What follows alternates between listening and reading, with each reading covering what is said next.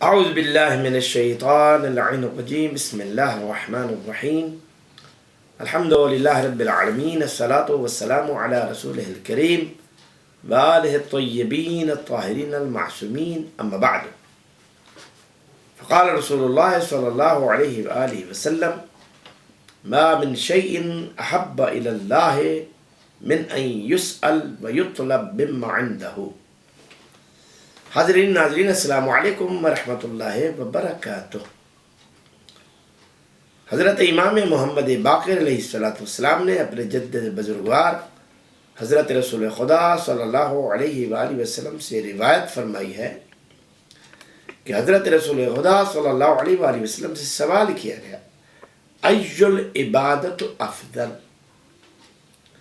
کہ یا رسول اللہ صلی اللہ علیہ وآلہ وسلم، اللہ کے نزدیک کون سی عبادت زیادہ افضل ہے، زیادہ فضیلت والی ہے؟ فقالا، تو رسول خدا صلی اللہ علیہ وآلہ وسلم نے ارشاد فرمایا: ما من شیء احب الی اللہ، کوئی چیز اللہ کے نزدیک محبوب ترین نہیں ہے، کس بات کے؟ من ان یسأل ویطلب مما عنده، اللہ کی بارگاہ میں سوال کیا جائے، اللہ کی بارگاہ میں طلب کیا جائے، اللہ کی بارگاہ میں اپنی حاجات کو پیش کرنا، یہ افضل ترین اور محب ترین، محبوب ترین عمل ہے۔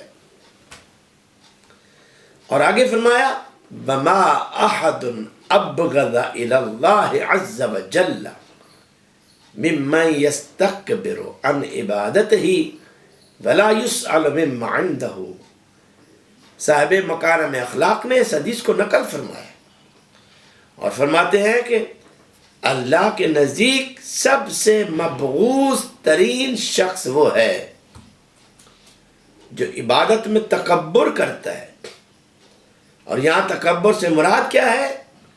یعنی اللہ کی عبادت تو کرتا ہے لیکن اس سے سوال نہیں کرتا، اس سے دعا نہیں مانگتا۔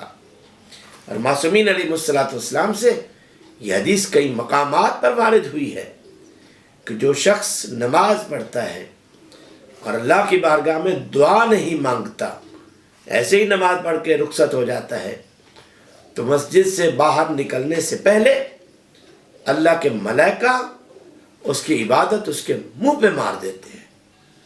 اچھا، تو اتنا متکبر ہو گیا، تو اتنا سرکش ہو گیا کہ تم میری بارگاہ میں آ کے بھی مجھ سے سوال نہیں کرتا؟ تو گویا عبادت میں سوال مشروط ہے، دعا مشروط ہے، بغیر دعا کے عبادت کوئی حقیقت نہیں رکھتی۔ اور اسی بات کی طرف اشارہ فرمایا ہے مولا متقیان امیر المؤمنین علی علیہ السلام میں اپنی دعائے کمیل میں، جو آپ علیہ السلام نے اپنے شاگرد خاص، اصحابی خاص حضرت کمیل ابن زیاد کو جو تعلیم فرمائی تھی۔ اور دعائے کمیل وہ دعا ہے جس کے بارے میں ارشاد معصوم علیہ السلام ہے کہ کم از کم زندگی میں ایک مرتبہ اس کی تلاوت کی جائے۔ تو دعائے کمیل پڑھنے والے کی کم از کم دعا کی فضیلت یہ ہے کہ وہ فشار قبر سے محفوظ رہے گا۔ تو عزیزان گرامی، دعائے کمیل میں مولا نے کس بات کی طرف اشارہ فرمایا؟ فَإِنَّكَ قَضَيْتَ عَلَىٰ عِبَادِكَ بِعِبَادَتِكَ، اے میرے پروردگار، تو نے یہ حکم فرما دیا ہے، یہ طے کر لیا ہے کہ اپنے بندوں کے لیے کہ وہ تیری عبادت کریں۔ وَأَمَرْتَ بِدُعَائِكَ، اور تو نے اپنے بندوں کو اس بات کا پابند بنایا ہے کہ وہ تو اسے دعا مانگے، یعنی عبادت کریں اور دعا مانگیں۔ یعنی خالی عبادت کا تو نے حکم نہیں لکھا، جہاں عبادت کا امر کیا وہیں دعا کا بھی حکم دیا۔ وَضَمِنْتَ لَهُمُ الْإِجَابَةَ، اور پروردگار تو نے اپنے بندوں کو ضمانت دی ہے، گارنٹی دی ہے، کس بات کی؟ الاجابہ، یعنی تم میری عبادت کرو، مجھ سے دعا مانگو، یہ بات طے ہے کہ جب تم مجھ سے دعا مانگو گے میں تمہاری دعا کو قبول کروں گا. وَزَمِنْتَ لَهُمُ الْإِجَابَةِ، اور تم نے اپنے بندوں کو دعا کی اجابت کی ضمانت دی ہے، دعا کی قبولیت کی ضمانت دی ہے. فَإِلَيْكَ یا رب نصبت وجہی وَإِلَيْكَ یا رب مددت یدی. اللہ اکبر. اور مولا امیر علیہ السلام کیا فرما رہے ہیں؟ اے پروردگار، فَإِلَيْكَ یا رب نصبت وجہی، میں نے اپنا وجہ یعنی اپنی لو تجھ سے لگائی ہوئی ہے. وَإِلَيْكَ یا رب مددت یدی، اے پروردگار، اور میں نے اپنی نصرت و اعانت کے لیے، مدد کے لیے تیری ہی بارگاہ میں ہاتھ پھیلائے ہوئے ہیں. عزیزان گرامی،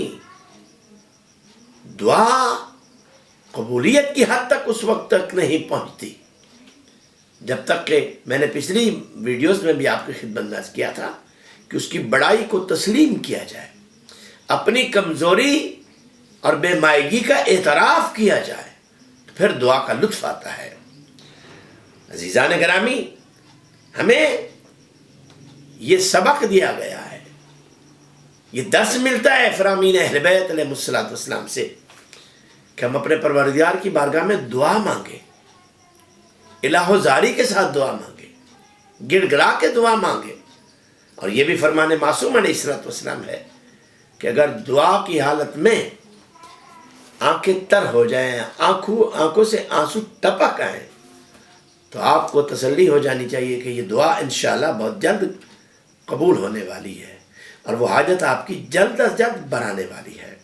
تو عزیزان گرامی، تو دعا کا حکم اس لیے دیا گیا ہے کہ ہم اپنے پروردگار کے ساتھ مربوط رہیں، کسی لمحے میں بھی اپنے پروردگار کو اور اس کے لطف و کرم کو فراموش نہ کریں، اور کسی لمحے میں بھی اپنی کمزوریوں سے اور اپنی خامیوں سے ہم اپنے آپ کو نظر انداز نہ کریں، متوجہ رہیں.